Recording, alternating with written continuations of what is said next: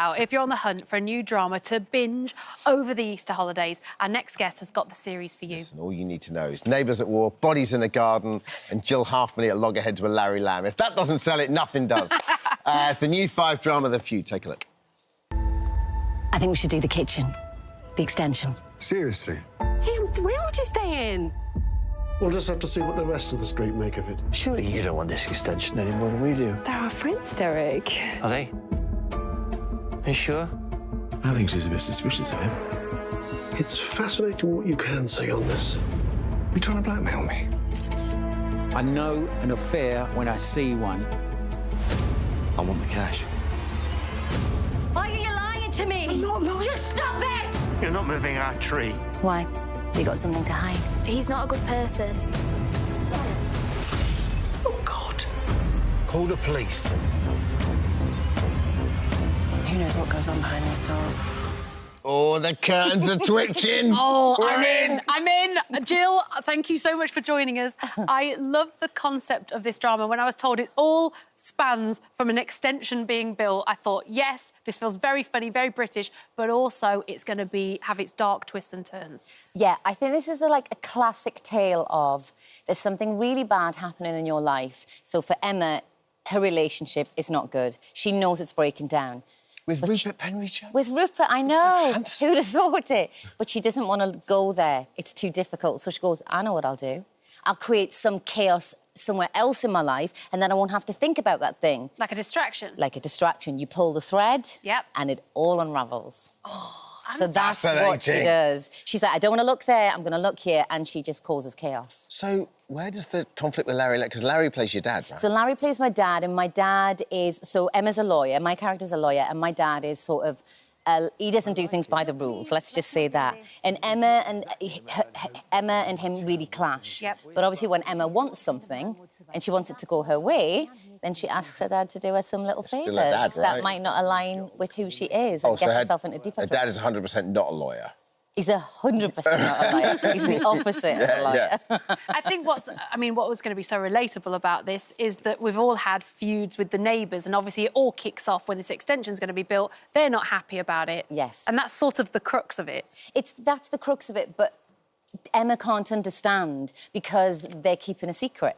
And she doesn't quite know what the secret is, but there have been rumours flying around the street about the fact that their neighbour's son disappeared at some point and was never seen again. So there's just so many people holding on to so many lies that everybody is suspicious of everybody else. And then, of course, we've got Alex McQueen's character who sits at his CCTV desk. Oh, he's and basically films the whole street. He's hilarious. You can't get through one take with him without laughing. I was going to say, I mean... I know him from the In-Betweeners, that's how I recognise him. But for a serious kind of drama, you've picked an awful lot of people I imagine would make really you talk. funny people. Yeah. Yes, we I had bet. such a... I mean, for such a serious... Jamie Lee O'Donnell's yes. fantastic. Really Alex funny. McQueen. Is it James Head as well? I mean, come on. I mean, honestly, they were all, like, brilliant, like, lovely people, but, yeah, very funny. It was really hard to keep a straight face. So your character's gone full on, like, Jordache, and she thinks it's the body's under the patio, kind of Brookside. She just loses all perspective, because, like I said at the beginning, really there's something that she doesn't want to face. There's something she doesn't want to look at. So then it means that she goes full-on suspicious of everyone and everything else. Right. Because really the biggest problem is staring her in the face, yeah. It's funny because you're going to have the whole of the UK suspicious of any planning permission they've had turned down. They'll be like, right, what's going on in that neighbour's garden? Yeah, and that's exactly. what I love about that. And also, because of the cast, it's just... you're going to fall in love with the characters, aren't you? I think very quickly you're going to sort of... It's very character-driven. Yes. Even though there's a lot that happens, it is very character-driven, and yeah, like you say, there's some really big personalities in there. Did you produce this as well?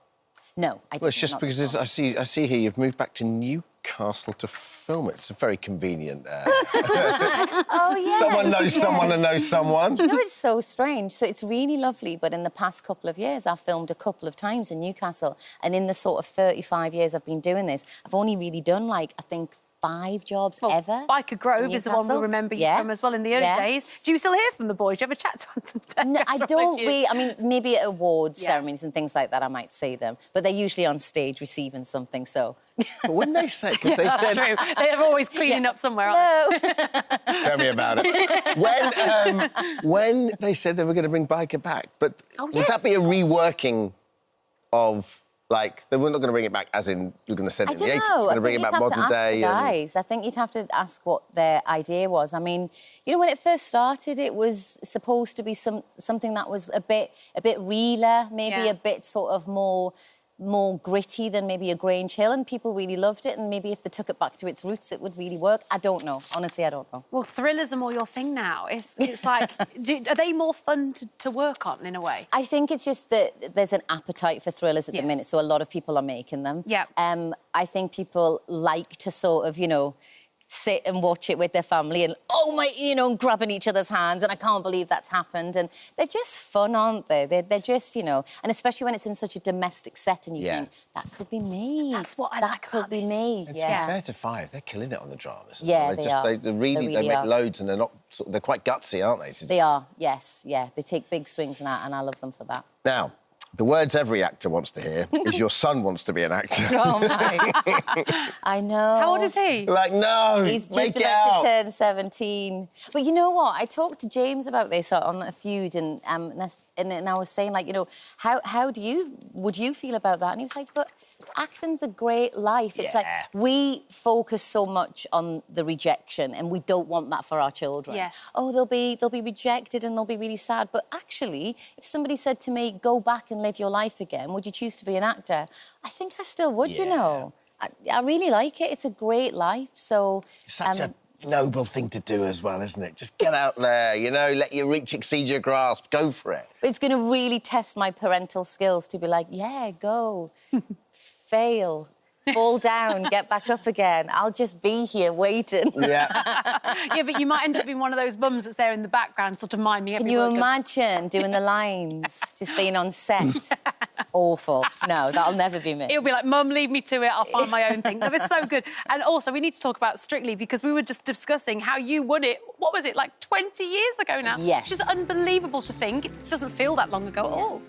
I know. Was that a lot of fun to do, or was it just hard work? It was so much fun. It was so hard work. I hear that it's brutal training, isn't it?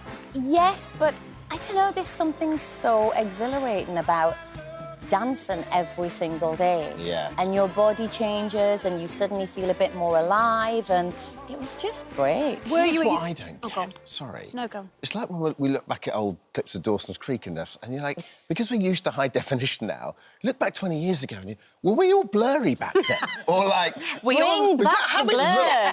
It was like an era. Bring back the blur. Campaign. 100%, Yeah. Bring back. I'm all for the blur. I'll vote for you, Jill. Trust me, I'm with you. Bring back the blur immediately.